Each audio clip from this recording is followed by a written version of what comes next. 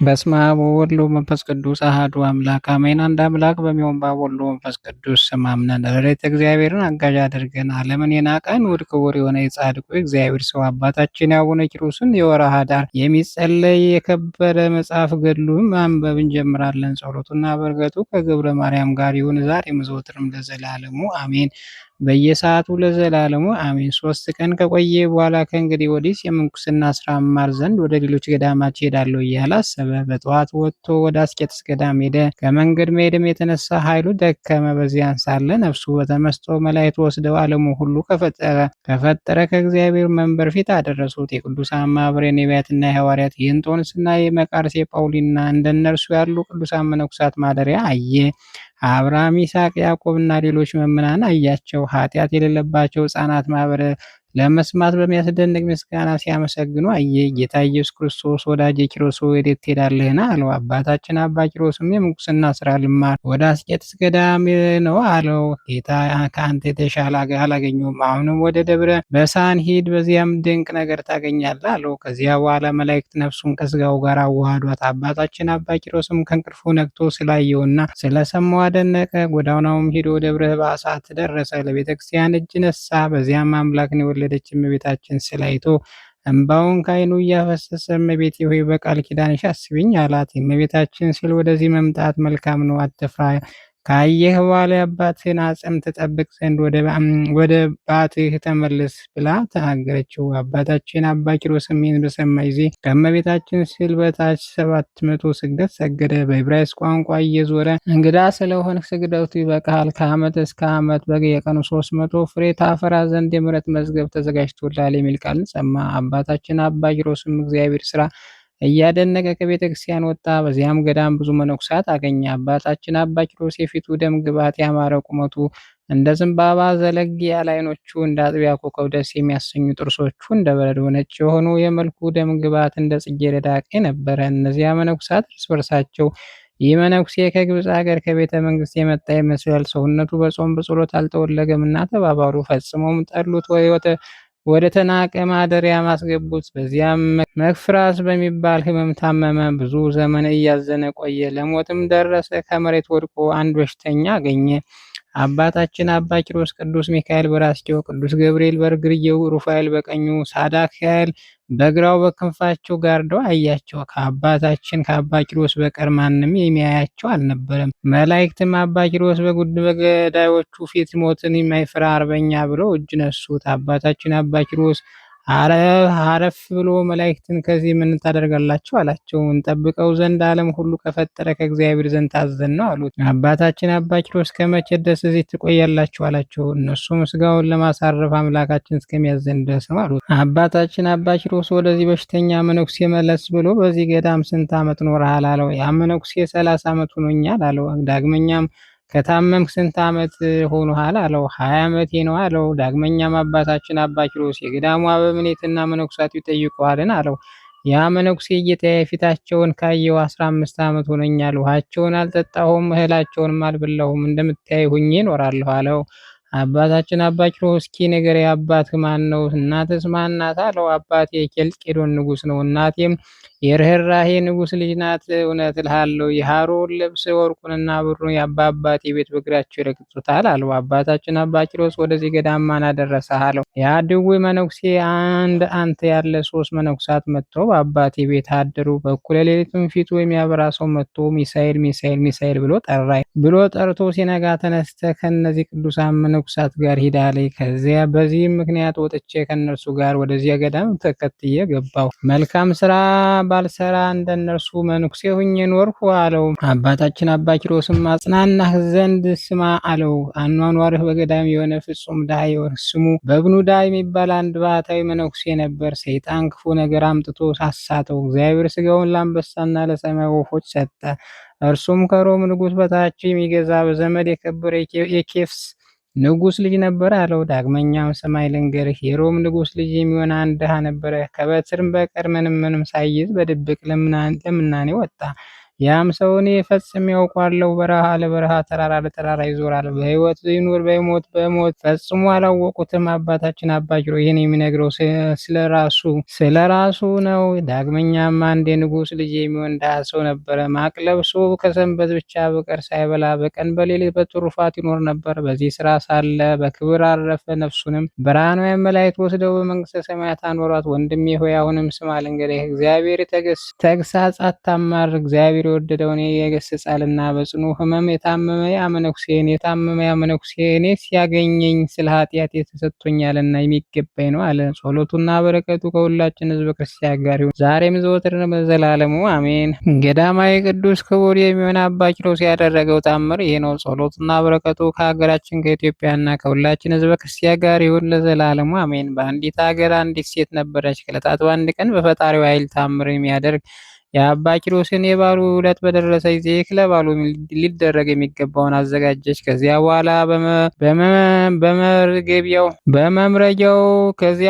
በመምረጊያው መርጋ ጠዋት ሲነጋ ጋኑን ከፈተችው። እንጀራ ሰርታ በጋኑ ውስጥ አድርጋ በላዩም ውሃን ሞላቻች። ሴት ወየውልኝ ወይታ አለብኝ እያለች ጮኸች። ከጎረቤቶቿ አንዲት ሴት በጩኸቷን ሰምታ እየሮጠች ብትመጣ ራሷን ዘንበል አድርጋ አዝና አገኘቻት። ምን ሆነሽ ነው ብላ ብትጠይቃት ከመጀመሪያ አንስታ እስከ መጨረሻ የሆነው ሁሉ ነገረቻት። ያን ጊዜ የሀገሩ ሰዎች መጡ። ያችን የምትሰርቀውን ሴትዮ አዩአት። በአንድነትም ክቡር አባታችን ሆይ አቤቱ ይቺ ሴት ይቅር በላት ኃጢአቷንም ደምስላት አሉ። በዚያን ጊዜ የታሰረች እጇን ተፈታ ወጣች።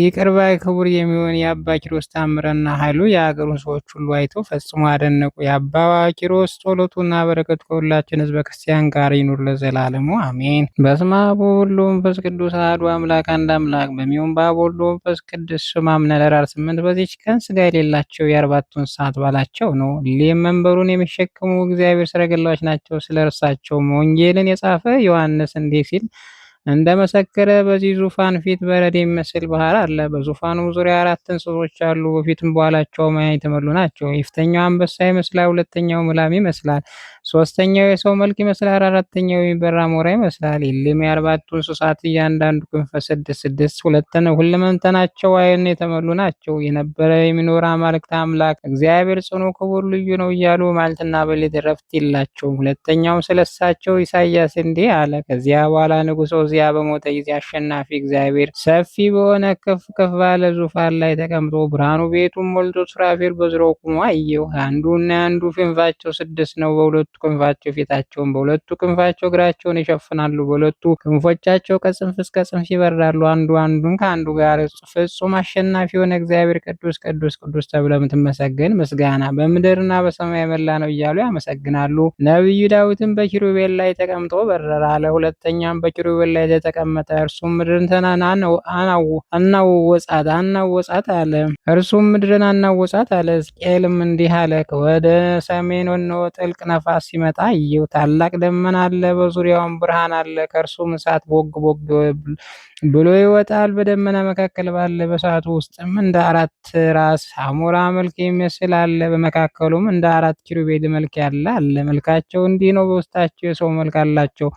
የአንዱ ፊት 4 ነው፣ ፊትም 4 ነው። እግራቸው የቀና ነው። ከእግራቸው ክንፍ አላቸው። ሰኮናቸው ግን እንደ ላም ሰኮና ነው።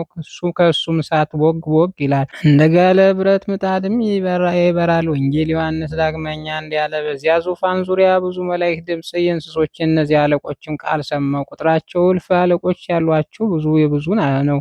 ለዚያ ለተገደለው በግ ኃይል፣ ባለጸግነት፣ ጥበብ፣ ጽናት፣ መንግስትም፣ ክብር፣ ጌትነት፣ ምስጋና ገንዘብ ሊያደርግ ይገባዋል ብሎ በታላቅ ቃል ተናገሩ። በሰማይ በምድር ከምድር በታች በባህር ውስጥ በዚህ ውስጥ የተፈጠረ ፍጥረት ሁሉ ጌትነት፣ ክብር፣ ኃይል፣ በረከት በዙፋን ስለተቀመጠው ለእሱ ለበጉ ለዘላለም ይገባዋል አሉ። በእውነት ይገባዋል። እሊህም 4ቱ እንስሶች አሜን ይላሉ። እሊህም አለቆች ይሰግዳሉ። ስለ ልዕልናቸውና ስለ ክብራቸው ለእሊህ 4ቱ እንስሳት ከብሉይና ከአዲስ ብዙ መጻሕፍት መስክረዋል። መሐሪና ይቅር ባይ እግዚአብሔር ስለ ሁሉ የሰው ፍጥረት ይለምኑ ዘንድ ቀራቢዎቹ አደረጋቸው። ዳግመኛም እንዲህ ተባለ። ገጸ ሰብ ስለ ሰው ፍጥረት ይለምናል። ገጸ አንበሳ ስለ አራዊት ይለምናል። ገጸ ላም ስለ እንስሳ ይለምናል። ገጸ ንስር ስለ አዋፍ ይለምናል።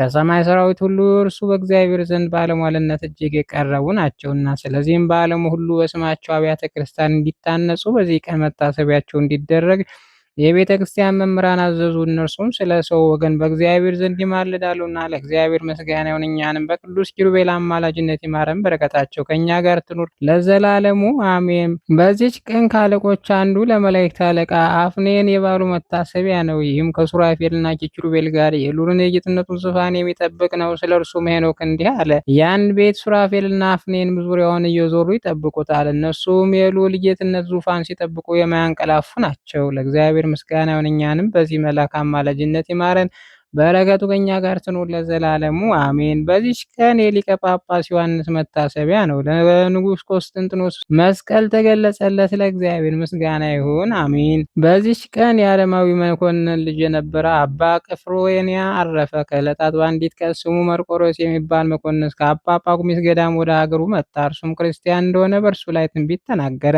ከጥቂት ወራት በኋላ ገዳም ሊያጠፋው ምርኮን ሊማርክ ሰራዊት ሰብስቦ ወደ ግብፅ ሀገር ዘመተ። ወደ አባ ጳኩሚስ ገዳም በደረሰ ጊዜ አበምኔቱ ወደ እርሱ ወጥቶ እኔ ነኝ አለው። ቅፍሮንያም ሰምቶ አበምኔቱን ለብቻው አግልሎ እንዲያጠምቀውና የምንኩስና ልብስ እንዲያለብሰው ለምኖ አበምኔቱም እሺ በጎ አለው። ከዚያ በኋላ ሰራዊቱ ወደ ሀገራቸው በተመለሱ ጊዜ ብቻውን ቀረ። በዚያም ጊዜ የምንኩስና ልብስ ለበሰ። ተጋድሎንም በጾምና በመጸለይ ጀመረ። ሰይጣንም ከእርሱ ላይ ቀንቶ ነገር ሰሪ ያስነሳበት፣ በመኳንንቱም ዘንድ ወነጀለው። እነሱም በሀገራችን ያጠፉ የመኮንን ልጅ ከዚህ አለ ብለው ገዳሙን ከበቡ። እግዚአብሔር ሰወረው። ባጡትም ጊዜ ነገረ ሴሩን ገደሉት። ይህም ቅዱስ በገደሉ ተጠምዶ ኖረ። የ7 ቀን ይጾማል፣ ያለ መራራ አደንጓሬ አይመገብም። በዛ ወራት የምድር አውሬ እንስሶቻቸው እየገደለ በገዳሙ ላይ ጥፋትን አደረሰ። አባ ቅፍሮንያም ወደ እርሱ መጥቶ እንደ በግ ይዞ አሰረው። 10 ዓመት ቆይቶ ሞተ። ቅዱስ ቅፍሮንያም የእግዚአብሔር መልአክ እየመራ ወደ ኢየሩሳሌም ሄደ። በአንዲት ቀን ደረሰ። በዚያም ታላቅ ምስጢር አየ። ካከበሩ ቦታዎች ተባርኮ ወደ መኖሪያው ተመልሶ በሰላም አረፈ። ለእግዚአብሔር ምስጋና ይሁን፣ በረከቱ ከኛ ጋር ትኑር ለዘላለሙ አሜን። በዚህች ዕለት የሰማዕት ኤስድሮስ ማህበር የሆኑ የ182ቱ መታሰቢያቸው ነው። በረከታቸው ትድረሰ ለዘላለሙ አሜን። ጌታ ሆይ ከብልጽግናቸው ብዛት የተነሳ ብዙ መባ ካገቡት ይልቅ የዳይቱን አነስተኛ ባንድ እንደተቀበለው ሁልጊዜ የሚያገለግሉን አይላፍ ላይ እያሳሰቡ ችግር ጊዜ ማቅረብ ምስጋና ተቀበል። እናንተ ቅዱሳን ነቢያት፣ ወንጌል ሰባኪያን፣ ሐዋርያት፣ ሰማዕታት፣ ጻድቃን፣ ትጉሃን መላእክት፣ ፍጹማን ደናግል እንዲሁም ደጋጎች መነኩሳት ልጅ አዋቂ ሳይል የምንሰበሰብበትን የጉባኤ ቦታ ባርኩ። መጽሐፍ ወረቀት አዘጋጅቶ ብራና ዳምጦ የጻፈውን ያጻፈውን ከግዕዝ ወደ አማርኛ የተረጎመውን ቃለ ንባቡን በእርጋታ መንፈስና በተመስጦ ሕሊና አዳምጠውን በደለኛ ሁሉ የምታስምር እየታናጡ በማርያም ጸሎት ኢየሱስ ክርስቶስ በአንድነት ይማረን። ኢየሱስ ክርስቶስ በአንድነት ይማረን።